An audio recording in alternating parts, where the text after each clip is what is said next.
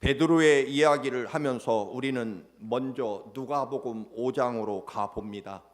베드로가 밤새도록 그물을 던졌지만 한 마리의 물고기도 잡지 못했습니다. 예수님께서 깊은 데로 가서 그물을 던지라는 명령에 베드로가 순종해서 그물을 던졌더니 두 배에 가득 차고도 남을 만큼 그물이 찢어질 정도로 엄청난 물고기를 잡게 됩니다.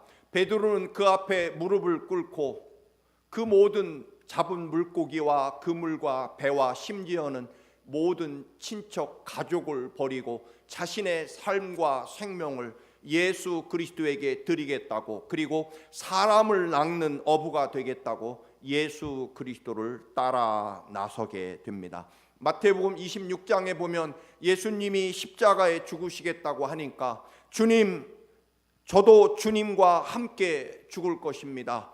죽는 한이 있어도 절대로 주님을 모른다고 부인하지 않을 것입니다. 그렇게 맹세했지만 예수님이 십자가에 죽으시기 전에 베드로는 예수님을 모른다고 저주와 맹세까지 퍼부으면서 주님을 3번씩 모른다고 부인하게 됩니다. 예수님이 십자가에 죽으시자 지난 3년의 세월이 베드로에겐 참으로 꿈같은 허망한 세월로 느껴졌을지 모릅니다. 모든 재산과 심지어는 가족도 버렸던 그 뜨거웠던 열정이 어느새 식어져 버리고 바위 같던 반석 같던 믿음도 한없이 초라해지고 말았습니다. 그래서 그는 고향 앞바다로 돌아와서 다시 허탈함 가운데, 쓸쓸함 가운데 물고기 잡이하러 다시 나서게 됩니다. 부활하신 주님의 소식도 듣기는 했고, 그리고 주님이 갈릴리에서 만나자는 그런 약속도 전해 받기는 했지만 사실은 의욕이 없었을 것입니다. 왜냐하면 십자가에 그토록 비참하고 무기력하게 죽으신 예수 그리스도의 모습이 워낙 충격적이었고 혹은 실망스럽고 공포스러웠기 때문일 것입니다.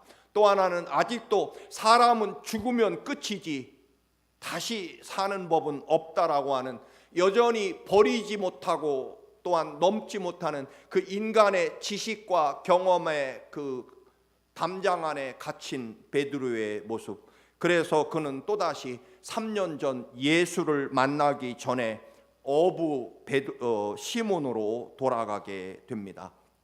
여러분, 우리가 예수 그리스도의 사람입니다. 기독교인입니다. 그런데 기독교인이 예수 그리스도에 대한 사랑과 사명을 잃어버리면 얼마나 초라하고 불쌍한 인생이 되는지 아십니까? 그것은 우리가 이미 신문지상 매스컴을 통해서 얼마든지 볼 수 있습니다.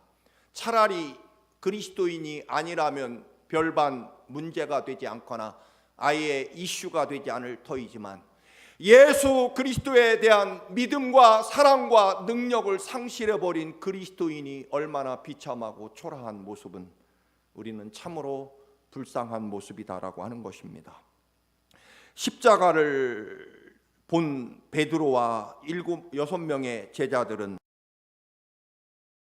다시 물고기 잡으러 갔다가 3년 전 처음 주님을 만날 그날 밤처럼 단 한 마리의 물고기도 잡지 못합니다. 예수님께서 해변에 나타나셔서 배 오른쪽에 그물을 던지라는 그 말씀에 순종해서 큰 물고기 153마리를 잡게 됩니다. 요한이 즉시 주님이시다 얼른 알아보게 되고, 그러자 베드로는 배에서 즉시 물로 뛰어들어 헤엄을 치고 뛰어서 예수님 곁으로 달려가게 됩니다. 부활하신 주님께서 밤새 헛그물질을 하고 춥고 배고프고 지친 제자들을 위해 주님이 호숫가에 불을 피워 빵을 구워 놓으시고 생선을 구워 아침 식탁을 마련해 놓으셨습니다. 그리고 제자들에게 그저 얘들아 아침 먹자 그렇게 말씀하십니다. 아침 식사를 하는 동안 제자들도 예수님도 서로 아무 말도 없었다. 성경은 그렇게 기록되어 있습니다. 부활하신 주님이 자신을 배신하고 도망쳤던 제자들을 다시 만나서 아무 말씀도 하시지 않고 그저 아침 식사를 불을 피워 빵을 굽고 생선을 구워서 제자들을 위해 말없이 식탁을 마련해 놓으십니다. 또 절대로 죽을지언정 주님을 부인하는 일이 없을 것이라고 큰소리 치던 제자들, 그들도 예수 그리스도를 모른다고 부인하거나 혹은 벌거벗은 채로 도망쳐버렸던 그 부끄러운 기억을 접고 주님이 차려놓은 식탁에 그저 말없이 묵묵히 아침 식사를 하는 모습을 보게 됩니다.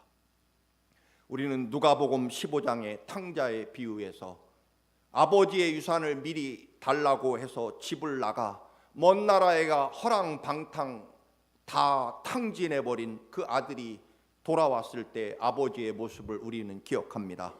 아버지가 큰 소리로 이놈아, 그 돈이 어떤 돈인데 다 그렇게 탕진해버리고 무슨 낯으로 무슨 꼴로 감히 이 집안에 발을 내디디느냐. 썩 나가라 이놈아, 그 돈이 어떤 돈인지 아느냐. 네 애비가 안 먹고 안 쓰고 피땀으로 모은 재산인데 어떻게 그걸 하루아침에 다 써버리고 무슨 낯짝으로 다시 돌아올 수 있느냐. 당장 나가라. 아니면 옆에 있는 몽둥이를 집어들고 죽도록 돌아온 아들을 두들겨 패고 내쫓았다. 그렇게 돼 있지 않습니다. 우리가 아는 대로 아들이 집을 나간 그 순간부터 아버지는 문을 열어놓고 매일같이 동구박을 느티나무 아래에서 아들이 돌아오기를 기다리고 있습니다. 저 먼 곳에서 작은 점처럼 사람의 모습이 보일 때 아버지는 이미 그게 아들이라는 것을 알아봅니다. 아들은 아버지를 알아볼 수 없었지만 아버지는 이미 그 아들을 알아보고 뛰어가서 아들을 얼싸안고 입을 맞추고 새 옷을 입히고 신발을 신기고 반지를 끼워주고 큰 잔치를 배설합니다. 아버지 잘못했습니다라는 말도 하기 전에 이미 아버지는 아들을 용서해 놓고 기다리고 계셨다라고 하는 것입니다. 오늘 십자가에 죽으신 주님의 사랑이 이렇다라고 하는 것입니다.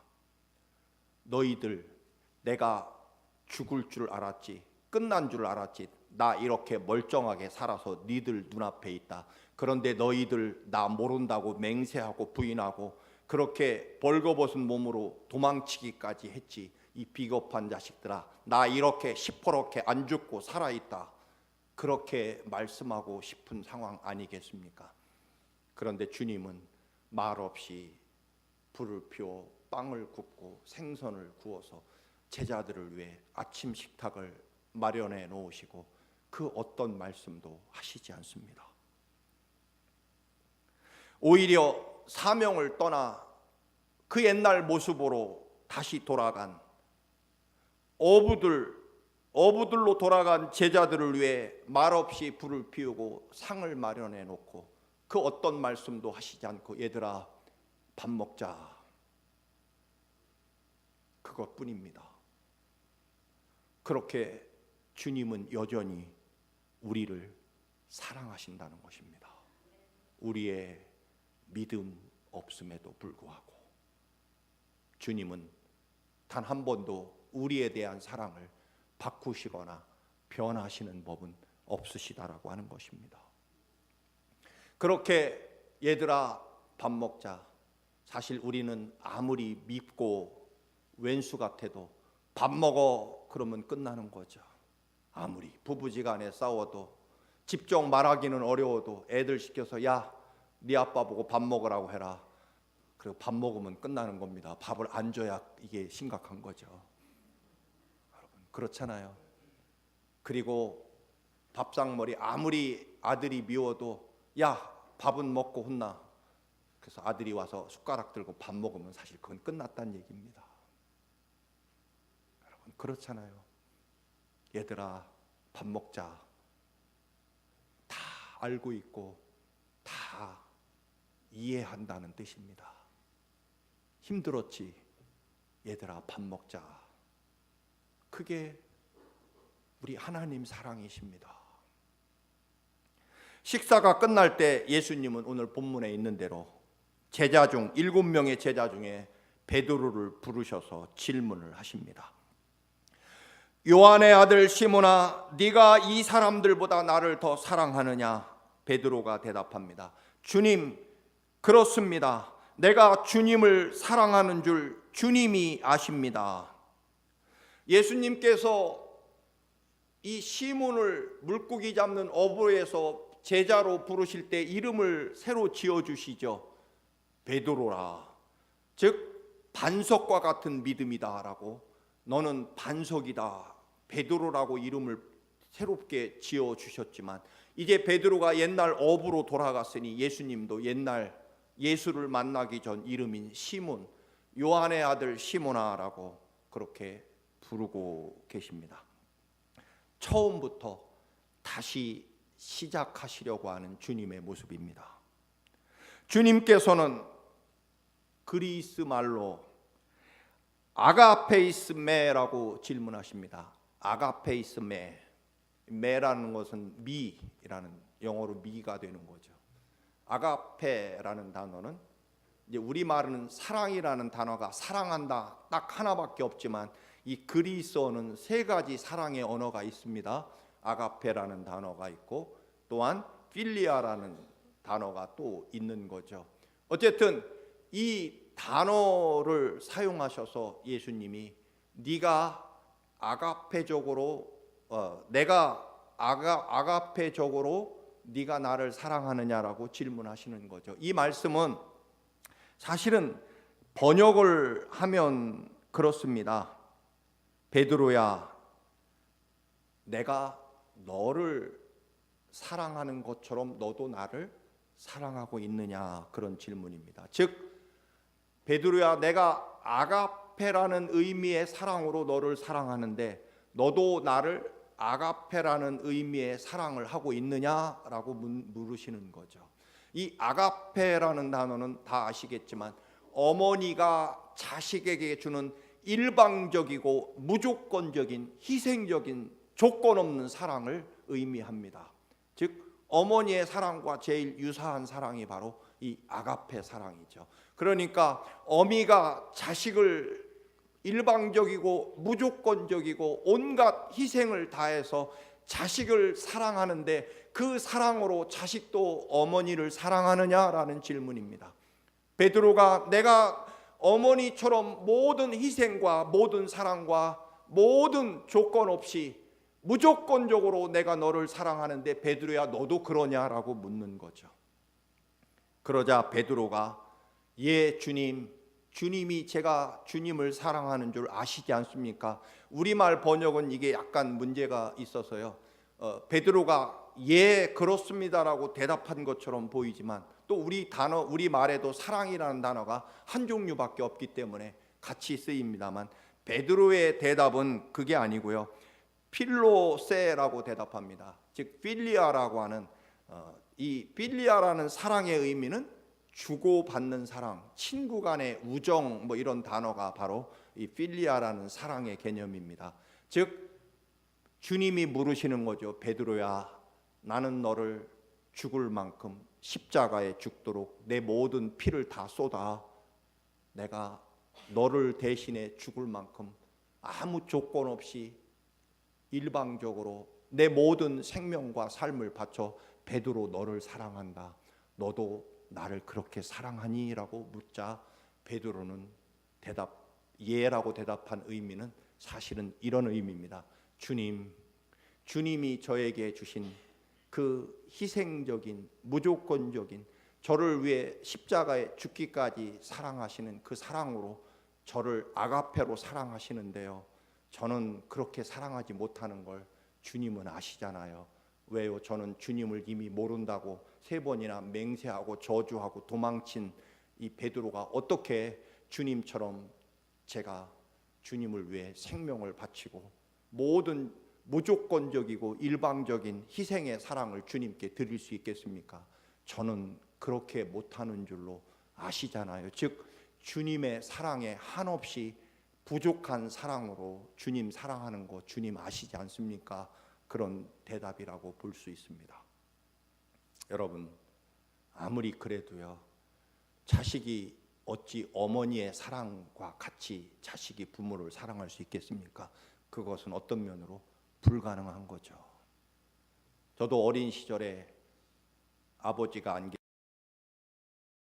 계셔서 어머님이 저희들을 부양하셨지만 지금도 기억에 남는 것은요, 우리 어머님이 그 추운 겨울에 땔감이 없으시니까 결국 자식들 냉방에 재울 수는 없으니까 그 눈 덮인 산꼭대기에 수레를 끌고 가서 그 마르지 않은 소나무 가지를 잘라다가 불을 떼고 그 추운 겨울에 눈 덮인 산에 올라가셔서 나무를 해다가 불을 떼는 그런 모습이 저에게도 지금도 머리에 남아 있습니다.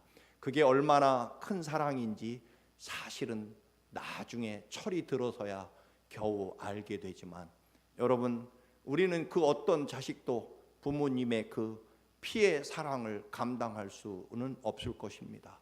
오늘 예수님과 베드로의 대화는 바로 그런 의미입니다.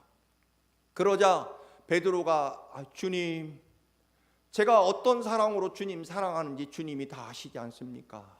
저는요, 주님이 저를 사랑하는 만큼 절대로 주님을 사랑하지 못합니다. 주님께서 베드로의 대답을 들으시고, 베드로야, 서운하다. 너는 도대체 언제까지, 도대체 어느 때가 되면 나를 만족할 만큼 사랑할 수 있겠니? 너는 해도 너무하는구나. 내가 너한테 준 사랑이 얼마인데 너는 도대체 겨우 친구 간의 사랑 정도로 나를 사랑한다고 말할 수 있느니? 야 관두자, 뭐 그렇게 말씀하실 수 있지 않겠습니까? 그러나 주님께서는 그 대답을 들으시고, 그래 베드로야, 내가 십자가의 피를 흘리며 구원한 내 백성을 베드로 네가 맡아다오. 내가 내 사랑하는 양떼들을 베드로 너에게 맡기마. 잘 돌보아다오. 나를 대신해서 내가 얼마나 사랑하는 내 백성인지 네가 알 터이니 네가 맡아서 잘 내 대신 사랑해다오라고 베드로에게 주님의 백성들을 맡기시는 거죠. 베드로가 얼마나 감격스럽고 죄송할까요? 그렇게 참혹하게 실패한 자신을 여전히 주님께서 사랑해 주시고, 또 부족한 자신에게 생명을 걸고 십자가의 보혈을 흘리며 구원한 백성들을 베드로에게 맡겨주신다는 겁니다. 분명 그럴 것입니다. 베드로야, 네가 나를 3번이나 모른다고 부인했고, 그래서 너는 얼굴을 들 수 없고 마음에 큰 스스로에 대한 실망과 좌절을 가지고 있고 나 볼 면목이 없지. 베드로야, 내가 다 안다. 네가 비록 연약한 인간이라서 때로는 흔들리고 부족할 때가 많지만, 그러나 베드로야, 너의 그 사랑만 있으면 나는 상관없다. 오늘 본문의 뜻은요, 사실은 그렇습니다. 베드로야, 너 나 얼마나 사랑해? 그거를 확인하고 싶은 것이 아닙니다. 베드로야, 내가 너를 얼마나 사랑했는데, 어디까지 사랑했는데, 도대체 너희는 언제까지 겨우 그런 정도의 사랑을 나한테 보여줄 거냐? 내가 도대체 어디까지 사랑해야 너희들은 조금이라도 움직일 수 있겠느냐? 그렇게 베드로와 제자들의 사랑을 확인하고 싶은 게 아닙니다. 오늘 본문의 얘기를 잘 보면은요, 결국 이야기는 이럴 것입니다. 베드로야, 네가 연약하고 때로는 넘어지고 흔들리는 거 안다. 그리고 그런 중에도 나를 사랑하려고 애쓰는 것 알고 있다. 그거면 됐다. 그리고 사실은 상관없다. 왜? 내가 너를 사랑하니까. 베드로야, 네가 알아야 될 것은 베드로 네 자신이 예수인 나를 얼마나 사랑하는지 그게 문제가 아니고, 베드로야, 오늘 네가 알아야 될 것은 나 예수가 너 베드로 너를 얼마나 사랑하는지 그거 알면 된다라고 하는 것입니다. 우리들의 신앙의 문제는 종종 내가 예수님을 얼마나 사랑하고 예수님을 위해 얼마나 희생했는지, 내가 예수님을 얼마나 많이 잘 믿고 그리고 헌신하고 있는지 그 양을, 즉 내가 예수님 앞에 드리는 양을 따지려고 할 때가 많습니다. 그런데 오늘 본문에서의 이야기는요, 네가 나를 사랑하는 거 그거 알고 있는데, 그런데 더 중요한 것이 있다. 너희들은 나 예수가 너희들을 얼마나 사랑하는지 알아야 된다는 겁니다. 너희들의 믿음 없음에도, 너희들의 연약함에도, 때로는 나를 모른다고 부인하고 살기 위해서 도망치는 그런 비겁한 모습을 보일 때도 있지만, 얘들아, 나는 너희를 여전히 사랑한다. 어디까지? 십자가에 죽으면서 마지막 피 한 방울 남김없이 다 쏟아 너희를 사랑할 때까지, 그리고 죽기까지 사랑할 뿐만 아니라 다시 부활해서 다시 살아나서 또 너희를 사랑한다. 그리고 다시 살아나서 부활해서 사랑할 뿐만 아니라 너희를 영원히 하나님 나라까지 영원히 너희들을 사랑한다. 내가 너희를 사랑하지 않는 일은 절대로 없다. 이것을 알면 된다라고 하는 것입니다. 여러분, 자식이 말씀드린 대로 부모를 얼마나 사랑할지, 내가 생신날 얼마짜리 선물을 드리고 또는 우리 부모님을 위해서 내가 뭘 해드릴 것인지 그 해드린 양을 가지고 여러분 내가 효자인지 효녀인지를 따질 수 있겠지만, 여러분 사실은 아까 말씀드린 대로 어떤 자식이 부모의 그 한없는 사랑을 감히 헤아리고 갚을 수 있겠습니까? 문제는요, 자식은요, 부모님이, 어머니가 나를 어디까지 얼마나 사랑하는지 아는 것입니다. 그것이 효도이고요, 그리고 그것이 근본적인 사랑이라는 것입니다. 오늘 주님이 베드로야 네가 나를 사랑하느냐라고 하는 이 질문 속에서의 주고받는 대화는요, 베드로야 너의 연약함과 너의 부족함을 내가 안다.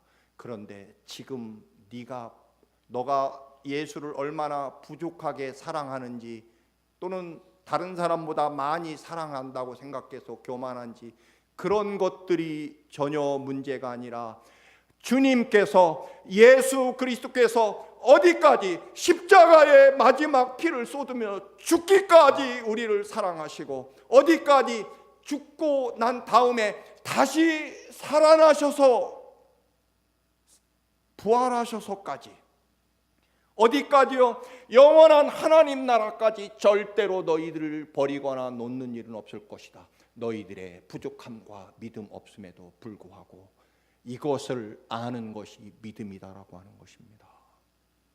여러분, 왜 우리가 흔들릴까요?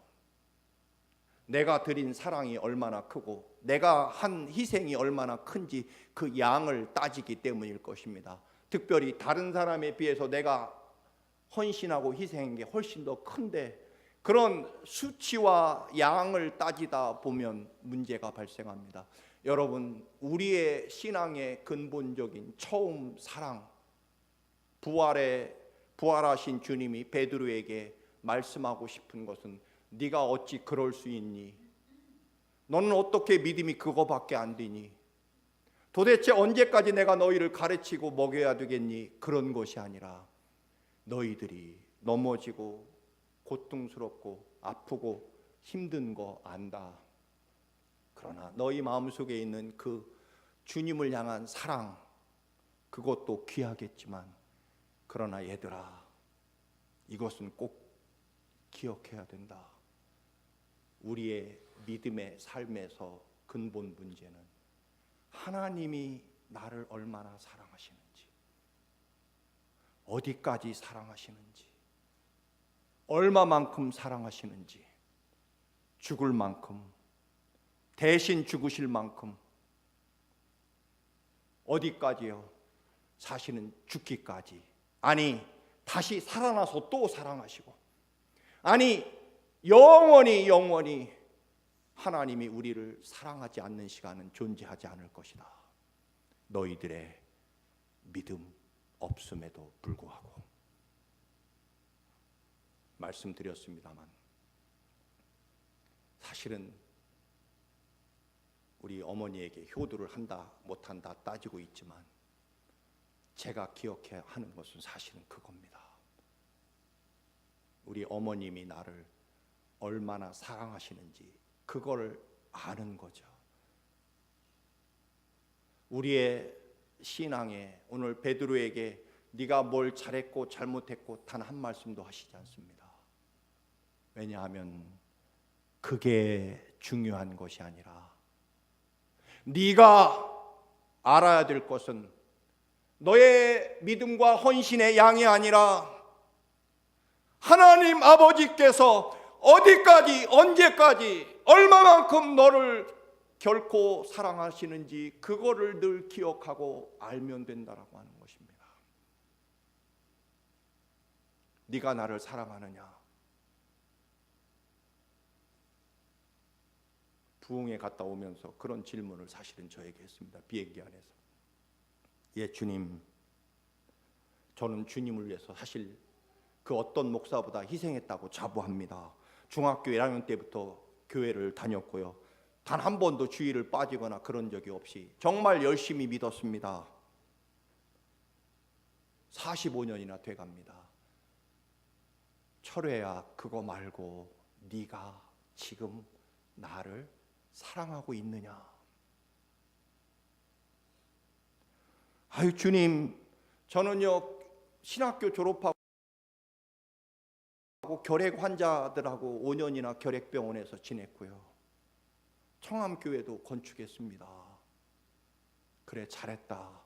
그런데 그거 말고 지금도 네가 나를 사랑하느냐, 즉 내가 너를 얼마나 사랑하는지 그거 알고 있느냐라고 하는 질문이십니다.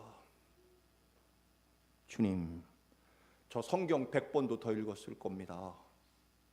그래 잘했다. 그런데 내가 너를 지금도 여전히 얼마나 사랑하고 있는지 그 가슴 절절히 십자가에 피가 떨어지는 주님의 그 사랑을 알고 있느냐? 네가 나를 지금도 그렇게, 즉 주님이 나를 얼마나 사랑하는지 알고 있느냐? 여러분, 가정이나 부부간에도 사실 돈이 문제입니까? 질병이 문제일까요? 아니면 출세하지 못한 게 문제일까요? 사실은 사랑이 문제인 거죠. 특별한 은사 체험도 했고 신비 경험도 했고요. 주님, 제가 얼마나 똑똑하고 잘난 사람인지 아십니까? 그런데 다 포기하고 신학교까지 가서 목사가 되지 않았습니까? 그래, 참 잘했어, 잘했다. 그런데 그거 말고 내가 너를 얼마나 사랑하는지 너 알고 있느냐?